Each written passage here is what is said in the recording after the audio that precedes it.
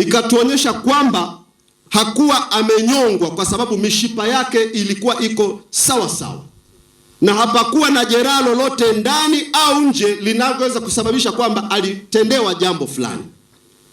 Kwa hivyo ikatupelekea sasa tukubaliane kwamba twende ufanyike uchunguzi wa kilichopelekea kifo chake ni sumu. Hivyo hatuna majibu wala hatuna ripoti yoyote. Kwa hivyo sampuli za viungo muhimu kutoka kwenye mwili wake vimechukuliwa na vimepelekwa maabara na uchunguzi wa kisayansi utafanyika, na bila shaka baada ya siku 28 kwa jinsi tulivyozungumza tunaweza kupokea taarifa ya nini kimetokea.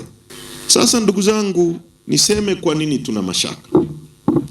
Moja, tumefuatiliwa siku zote kinyume cha utaratibu wa sheria na kinyume cha sheria za nchi yetu, polisi kutraili nyuma yetu bila sababu ya msingi. Cha pili, tukiwa tunasubiri kufanya postmortem, mkuu wa mkoa wa Kigoma Simon Siro ambaye alikuwa IGP ametoka anasema kifo cha Swezi ni kifo cha kawaida kabisa kwa uzoefu wake.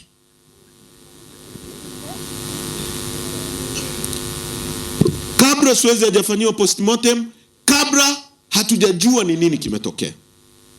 Cha tatu, kwenye maeneo yote haya matukio yanapotokea, lazima hiyo ni crime scene. Polisi wanaweka utepe wa njano, wanazuia watu kuingia pale, lakini hilo halikufanyika. Lile eneo liliendelea kutumika kawaida. Maana yake kuna kitu kilikuwa kinapotezwa pale. Cha tatu, polisi wamepiga picha wao wenyewe, hakuna mtu mwingine yeyote aliyepiga picha ya vitu vya Swezi walivyovikuta kwenye begi lake.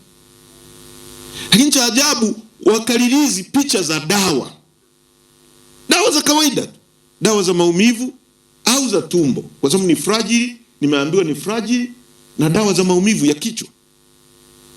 Lakini story ikaenda kwenye mitandao kwamba Swezi amekutwa na dawa. Maana yake ni kuandaa umma kisaikolojia kwa kitu ambacho walikuwa wanapanga wao.